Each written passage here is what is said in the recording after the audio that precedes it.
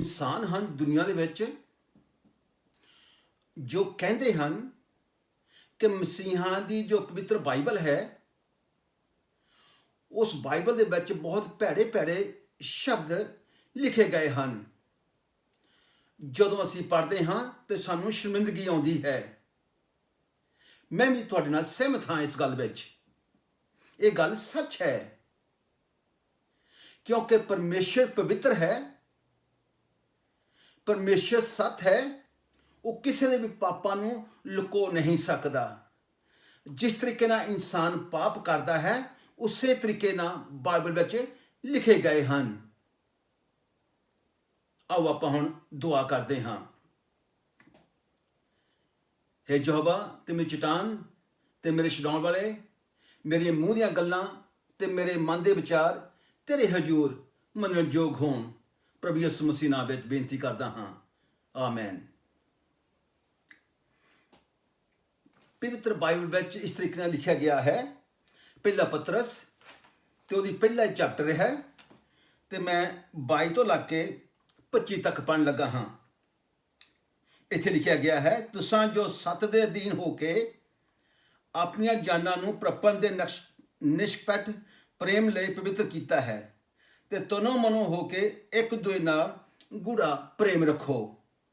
क्यों जो तुसी नासवान तुखम तो नहीं सगों विनाशी तो परमेश्वर दे बचन दे राही जिहड़ा जिउंदा है अते इस तरह नवें सिरों जन्म हो क्योंकि हर बशर घा ही घा है, ਉਹਦਾ सारा तेज घा दे फुल वर्गा है।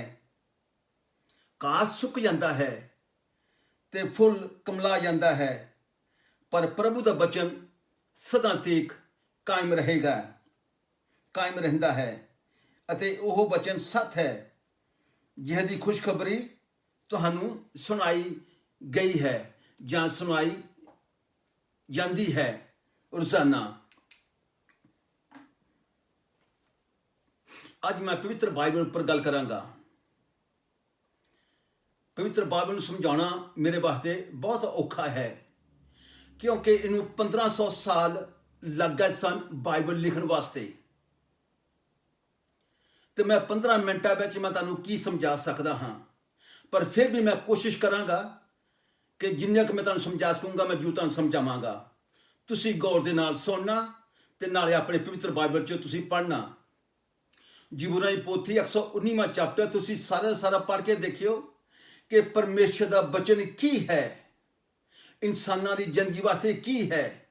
इंसानां दी जिंदगी वास्ते वो जिउण है।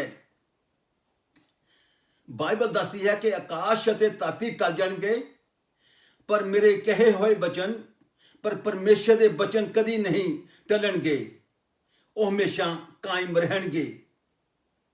इस होली बाइबल नूं जो मसीहा दी कहाई जाती है, बहुत सारे लोग इहदे उपर अटैक करते हैं। इस बाइबल नूं बहुता उपर नुक्ताचीनी करते हैं। वो अपने आप नूं इस बाइबल नूं झूठा बनाने की कोशिश करते हैं पर नहीं बना सकते। इस बाइबल नूं खत्म करने वास्ते बहुत लोगों ने कोशिश की पर उन्होंने कोशिश एवं बेकार ही गई है। ये बचन सत है क्योंकि परमेश्वर सत है। साडा परमेश्वर हमेशा दा है, इसदा बचन भी हमेशा दा ही रहेगा। जो इस बाइबल में शब्द लिखे गए हैं, इन्हां लिखण नूं 40 आदमियों ने बाइबल लिखी। वो जो 40 आदमी सन, कोई एशिया में रहिंदा सी, कोई साउथ अफ्रीका में रहिंदा सी, कोई अरब कंट्री में रहिंदे सन, दूर दूर रहिंदे सन, पर उन्हां लिखण वाला, उन्हां लिखाउण वाला एक सी, वो पवित्र आत्मा सी। बाइबल दसदी है कि सारी लिखत परमेश्वर दे आत्मा तो है।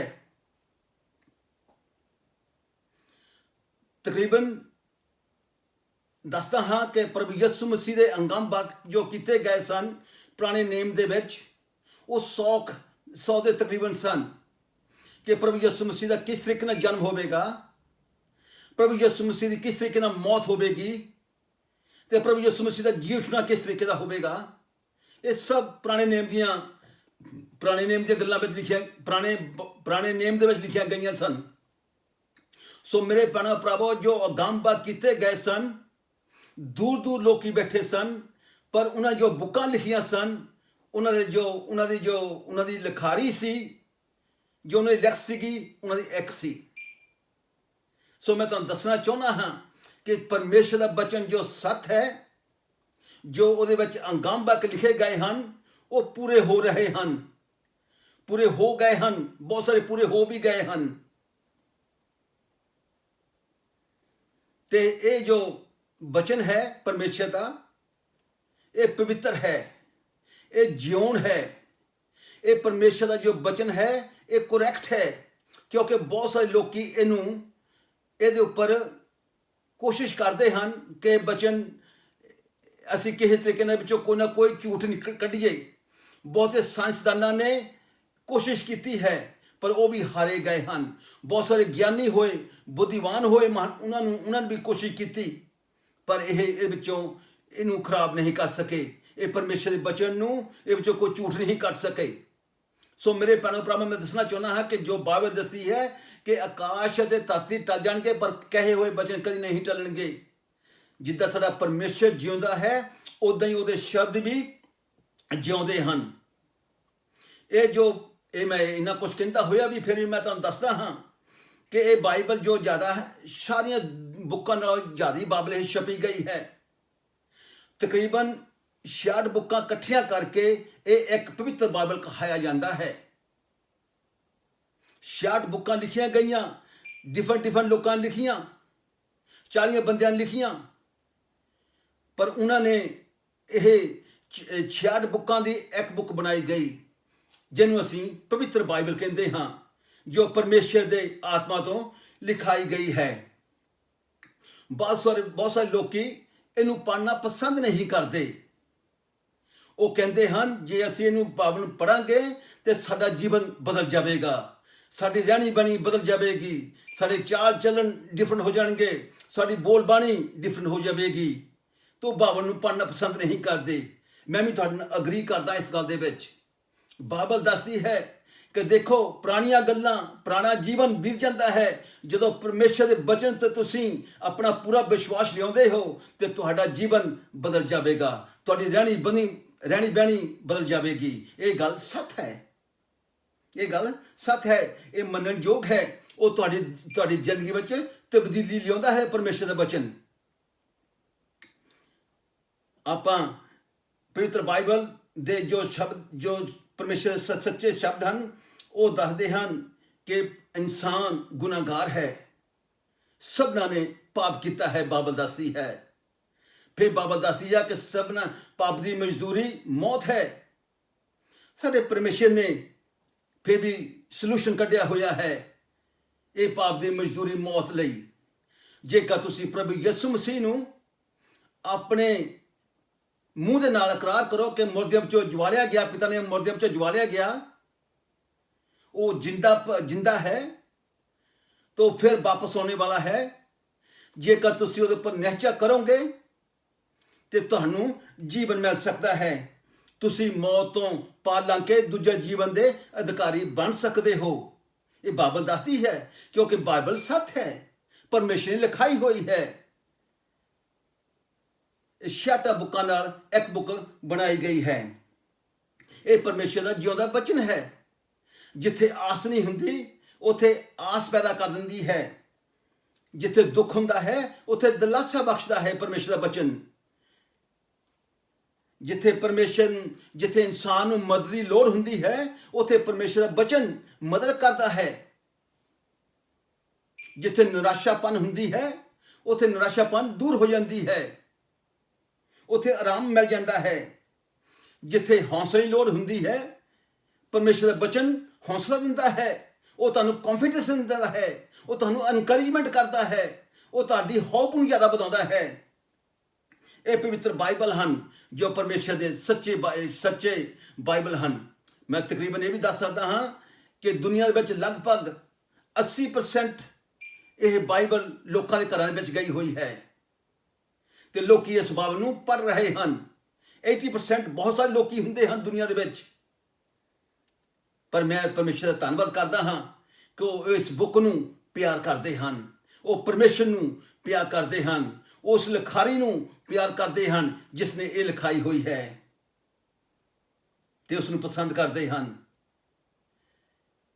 ਮੈਨੂੰ ਪਤਾ ਹੈ ਕਿ ਬਾਈਬਲ ਦੱਸਦੀ ਹੈ ਕਿ ਜਦ ਸਾਡਾ ਪ੍ਰਭੂ ਯਿਸੂ ਮਸੀਹ ਵਾਪਸ ਆਵੇਗਾ, ਜਿੰਨੇ ਚਿਰ ਸਾਰੀ ਦੁਨੀਆ ਵਿੱਚ ਬਾਈਬਲ ਦੇ ਸ਼ਬਦ ਪੜ੍ਹੇ ਨਾ ਜਾਣਗੇ ਉਨੇ ਚਿਰ ਵਾਪਸ ਨਹੀਂ ਆਵੇਗਾ। ਜ਼ਰੂਰ ਛੇਤੀ ਤੋਂ ਛੇਤੀ ਹੀ ਇਹ ਪੂਰੇ ਹੋਣ ਵਾਲੇ ਅੰਗਾਂ ਵੱਖ ਹੈ। ਮਸੀਹੋ, ਮੈਂ ਤੁਹਾਨੂੰ ਇੱਕ ਗੱਲ ਦੱਸਣੀ ਚਾਹੁੰਦਾ ਹਾਂ ਇਸ ਵੇਲੇ, ਜੋ ਪਵਿੱਤਰ ਬਾਈਬਲ ਜਿਹਨੂੰ ਤੁਸੀਂ ਪੜ੍ਹਦੇ ਹੋ, ਤੁਸੀਂ ਇਸ ਵਿੱਚੋਂ ਬਾਲੇ ਲਾਭ ਨਹੀਂ ਉਠਾ ਰਹੇ। ਪਵਿੱਤਰ ਬਾਈਬਲ ਦੇ ਵਿੱਚੋਂ ਤੁਸੀਂ ਬਾਲੇ ਲਾਭ ਨਹੀਂ ਉਠਾ ਰਹੇ, ਕਿਉਂਕਿ ਸ਼ੈਤਾਨ ਸੱਚਾਈ ਉੱਤੇ ਤੁਹਾਨੂੰ ਚੱਲਣ ਨਹੀਂ ਦਿੰਦਾ, ਉਹ ਪਰਮੇਸ਼ਰ ਦੇ ਬਚਨਾਂ ਉੱਤੇ ਤੁਹਾਨੂੰ ਚੱਲਣ ਨਹੀਂ ਦਿੰਦਾ। ਸ਼ੈਤਾਨ ਤੁਹਾਡੇ ਵਿੱਚ ਬੇਪ੍ਰਤੀਤੀ ਪੈਦਾ ਕਰਦਾ ਹੈ। ਤੁਸੀਂ ਪ੍ਰਤੀਤਵਾਨ ਬਣੋ। ਜੋ ਸ਼ਬਦ ਲਿਖੇ ਗਏ ਹਨ ਉਹ ਤੁਹਾਡੀ ਜ਼ਿੰਦਗੀ ਵਾਸਤੇ ਹਨ, ਉਹ ਤੁਹਾਡੇ ਸੁਖਦਾਇਕ ਜ਼ਿੰਦਗੀ ਵਾਸਤੇ ਹਨ, ਤੇ ਤੁਸੀਂ ਇਹਨਾਂ ਨੂੰ ਪਹਿਨੋ ਤੇ ਬੇਪ੍ਰਤੀਤ ਨਾ ਬਣੋ। ਸ਼ੈਤਾਨ ਨੂੰ ਇਸ ਗੱਲ ਵਿੱਚ ਹਰਾਵੋ।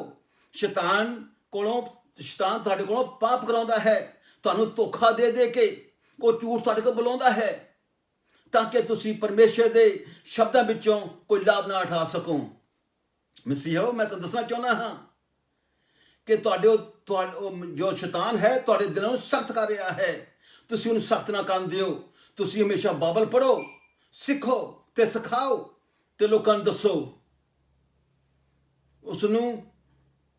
ਉਹ ਤੁਹਾਨੂੰ, ਜੋ ਸ਼ੈਤਾਨ ਹੈ, ਤੁਹਾਨੂੰ ਪਰਮੇਸ਼ਰ ਦੇ ਅਣਆਗਿਆਕਾਰੀ ਬਣਾਉਣ ਦੀ ਕੋਸ਼ਿਸ਼ ਕਰਦਾ ਹੈ। ਤੁਸੀਂ ਉਹਦੇ ਅਣਆਗਿਆਕਾਰੀ ਨਾ ਬਣੋ ਪਰਮੇਸ਼ਰ ਦੇ, ਬਲਕਿ ਸ਼ੈਤਾਨ ਦੇ ਅਣਆਗਿਆਕਾਰੀ ਬਣੋ। ਉਹਦੀ ਆਵਾਜ਼ ਨੂੰ ਸੁਣਨਾ ਬੰਦ ਕਰੋ ਤੇ ਪਰਮੇਸ਼ਰ ਦੀ ਆਵਾਜ਼ ਨੂੰ ਸੁਣੋ, ਜੋ ਪਰਮੇਸ਼ਰ ਦੇ ਸੱਚੇ ਬਾਈਬਲ ਦੇ ਪਵਿੱਤਰ ਬਾਈਬਲ 'ਚ ਜੋ ਸ਼ਬਦ ਲਿਖੇ ਗਏ ਹਨ। ਤੁਹਾਨੂੰ ਇਸ ਪਰਮੇਸ਼ਰ ਦੇ ਸੱਚੇ ਸ਼ਬਦਾਂ ਵਿੱਚੋਂ ਤੁਹਾਨੂੰ ਲਾਭ ਹੋਣਾ ਚਾਹੀਦਾ ਹੈ। ਤੁਹਾਡੀ ਜ਼ਿੰਦਗੀ ਚੌਖੀ ਹੋਣੀ ਚਾਹੀਦੀ ਹੈ। ਯੈਸ, ਇਹ ਸੱਚ ਗੱਲ ਹੈ ਕਿ ਇਨਸਾਨ ਦੇ ਉੱਪਰ ਬਹੁਤ ਸਾਰੀਆਂ ਤੂਫਾਨ ਆਉਂਦੇ ਹਨ, ਮਸੀਹਾਂ ਉੱਤੇ ਵੀ ਬਹੁਤ ਸਾਰੇ ਤੂਫਾਨ ਆਉਂਦੇ ਹਨ, ਤੇ ਬਾਈਬਲ ਜੋ ਬਚਨ ਹਨ ਪਰਮੇਸ਼ਰ ਦੇ ਬਚਨ ਤੁਸੀਂ ਪੜ੍ਹ ਕੇ ਦੇਖੋ। ਪਰਮੇਸ਼ਰ ਨੇ ਬਚਨਾਂ ਨੂੰ ਇਸਤੇਮਾਲ ਕੀਤਾ ਤੇ ਉਹਨਾਂ ਨੇ ਸਾਰੇ ਤੂਫਾਨਾਂ ਨੂੰ ਉਹਨਾਂ ਨੂੰ ਥੰਮ ਦਿੱਤਾ। ਸ਼ੈਤਾਨ ਨੂੰ ਪ੍ਰਭੂ ਯਿਸੂ ਮਸੀਹ ਨੇ ਸ਼ੈਤਾਨ ਨੂੰ ਹਰਾ ਦਿੱਤਾ। ਕੰਨ ਹਰਾਇਆ ਬਚਨਾਂ ਦੇ ਰਾਹੀਂ। ਆਪਾਂ ਨੂੰ ਵੀ ਪਰਮੇਸ਼ਰ ਦੇ ਬਚਨਾਂ ਨੂੰ ਇਸਤੇਮਾਲ ਕਰਕੇ ਸ਼ੈਤਾਨ ਦੇ ਉੱਤੇ ਫਤਹ ਪਾਉਣ ਦੀ ਲੋੜ ਹੈ। ਬਾਈਬਲ ਦੱਸਦੀ ਹੈ ਕਿ ਯਹੋਵਾ ਦੇ ਬਚਨ ਸੱਤ ਤੇ ਜਿਉਂਦੇ ਹਨ।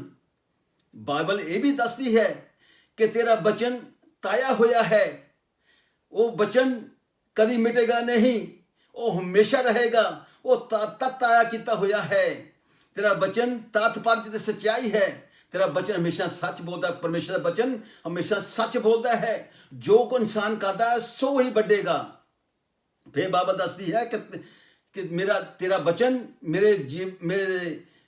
ਮੇਰੇ ਪੈਰਾਂ ਦੇ ਲਈ ਦੀਪਕ ਹੈ। ਸੋ ਆਪਣਾ ਜੋ ਪਰਮੇਸ਼ਰ ਦਾ ਬਚਨ ਹੈ, ਜਿੱਥੇ ਤੁਸੀਂ ਜਾਂਦੇ ਹੋ ਰੋਸ਼ਨੀ ਵਿੱਚ ਜਾਓ। ਅੰਧੇਰੇ ਵਿੱਚ ਆਪਾਂ ਕੋਈ ਕੰਮ ਨਹੀਂ ਕਰਨਾ, ਕਿਉਂਕਿ ਪਰਮੇਸ਼ਰ ਦਾ ਬਚਨ ਰੋਸ਼ਨੀ ਹੈ, ਉਹ ਦੀਪਕ ਹੈ, ਉਹ ਤੁਹਾਡੀ ਪੈਰਾਂ ਦਾ ਦੀਪਕ ਹੈ। ਸੋ ਮੇਰੇ ਪਿਆਰੇ ਭਰਾਵੋ, ਮੈਂ ਦੱਸਣਾ ਚਾਹੁੰਦਾ ਕਿ ਇਹ ਵੀ ਬਾਈਬਲ ਦੱਸਦੀ ਹੈ ਕਿ ਮੈਂ ਤੇਰਾ ਬਚਨ ਵਿੱਚ ਹਮੇਸ਼ਾ ਖੁਸ਼ ਰਹਾਂਗਾ, ਕਿਉਂਕਿ ਤੇਰਾ ਬਚਨ ਸੱਚ ਹੈ। ਕੀ ਤੁਸੀਂ ਇਸ ਸੱਚ ਨੂੰ ਪਹਿਨਿਆ ਹੋਇਆ ਹੈ? ਬਚਨ ਨੂੰ ਪੜ੍ਹੋ। ਜੋ ਇਸ ਵੇਲੇ ਬਹੁਤ ਸਾਰੇ ਮੇਰੇ ਭੈਣ ਭਰਾ ਜੋ ਚਰਚਾ ਵਿੱਚ ਜਾਂਦੇ ਹਨ, ਸੋਹਣੀ ਗੱਲ ਹੈ, ਉਹ ਬਚਨ ਲੈ ਕੇ ਕੋਲ ਜਾਂਦੇ ਹਨ, ਆਪਣੇ ਬਾਈਬਲ ਕੋਲ ਲੈ ਕੇ ਜਾਂਦੇ ਹਨ, ਇਹ ਸੋਹਣੀ ਗੱਲ ਹੈ। ਪਰ ਤੁਸੀਂ ਉਸ ਬਚਨ ਨੂੰ ਉੱਥੇ ਨਾ ਰਹਿਣ ਦੇਵੋ, ਆਪਣੇ ਘਰ ਲਿਆ ਕੇ ਗਿੱਠੀਪਨ ਰੱਖ ਦਿਓ, ਬਲਕਿ ਤੁਹਾਡੀ ਉਹ ਰੂਹਾਨੀ ਖੁਰਾਕ ਹੋਣੀ ਚਾਹੀਦੀ ਹੈ। ਉਹ ਤੁਹਾਡੀ ਡੇਲੀ ਬ੍ਰੈਡ ਹੋਣੀ ਚਾਹੀਦੀ ਹੈ। ਜਿੱਦਾਂ ਆਪਾਂ ਡੇਲੀ ਬ੍ਰੈਡ ਖਾਂਦੇ ਹਾਂ, ਇੱਦਾਂ ਆਪਾਂ ਨੂੰ ਪਰਮੇਸ਼ਰ ਦਾ ਬਚਨ ਵੀ ਡੇਲੀ ਪੜ੍ਹਨਾ ਚਾਹੀਦਾ ਹੈ। ਇਹ ਤੁਹਾਡੀ ਆਤਮਕ ਖੁਰਾਕ ਹੈ ਮਸੀਹੋ। ਤੁਸੀਂ ਆਤਮਕ ਖੁਰਾਕ ਹਮੇਸ਼ਾ ਖਾਂਦੇ ਰਹੋ, ਤਾਂ ਕਿ ਪਰਮੇਸ਼ਰ ਤੁਹਾਨੂੰ ਹੋਰ ਵੀ ਇਸਤੇਮਾਲ ਕਰ ਸਕੇ, ਤੇ ਤਾਂ ਕਿ ਜਿੱਥੇ 80% ਲੋਕਾਂ ਨੇ ਕਲਾਮ ਸੁਣਿਆ ਹੋਇਆ ਹੈ ਜਾਂ ਲੋਕਾਂ ਘਰਾਂ ਵਿੱਚ ਗਿਆ ਹੈ, ਬਾਕੀ ਵੀ 20% ਰਹਿੰਦੇ ਹਨ, ਆਪਾਂ ਉਹਨਾਂ ਤੱਕ ਵੀ ਪਹੁੰਚ ਸਕੀਏ। ਸੋ ਪਰਮੇਸ਼ਰ ਦਾ ਬਚਨ ਦੋ ਧਾਰੀ ਤਲਵਾਰ ਸੇ ਤਿੱਖਾ ਹੈ, ਬਾਈਬਲ ਦੱਸਦੀ ਹੈ। ਉਹ ਆਪਣੇ ਹਿਰਦੇ ਵਿੱਚ, ਆਪਣੇ ਗੁਰਦਿਆਂ ਵਿੱਚ ਹਮੇਸ਼ਾ ਵਸਣਾ ਚਾਹੀਦਾ ਹੈ। ਉਹ ਅੱਡ ਅੱਡ ਕਰ ਦੇਵੇਗਾ। ਮੇਰੇ ਭੈਣੋ ਭਰਾਵੋ, ਆਪਾਂ ਪਰਮੇਸ਼ਰ ਦੇ ਬਚਨ ਦੇ ਉੱਪਰ, ਆਪਾਂ ਪਰਮੇਸ਼ਰ ਦੇ ਬਚਨ ਵਿੱਚ ਮਜ਼ਬੂਤ ਹੋਣ ਦੀ ਲੋੜ ਹੈ। ਪਰਮੇਸ਼ਰ ਦਾ ਬਚਨ ਜਿਉਣ ਹੈ। ਪਰਮੇਸ਼ਰ ਦਾ ਬਚਨ ਸੱਚ ਹੈ, ਕਿਉਂਕਿ ਉਹ ਆਪ ਸੱਚ ਹੈ। ਉਹ ਵਿੱਚ ਝੂਠ ਹੈ ਨਹੀਂ।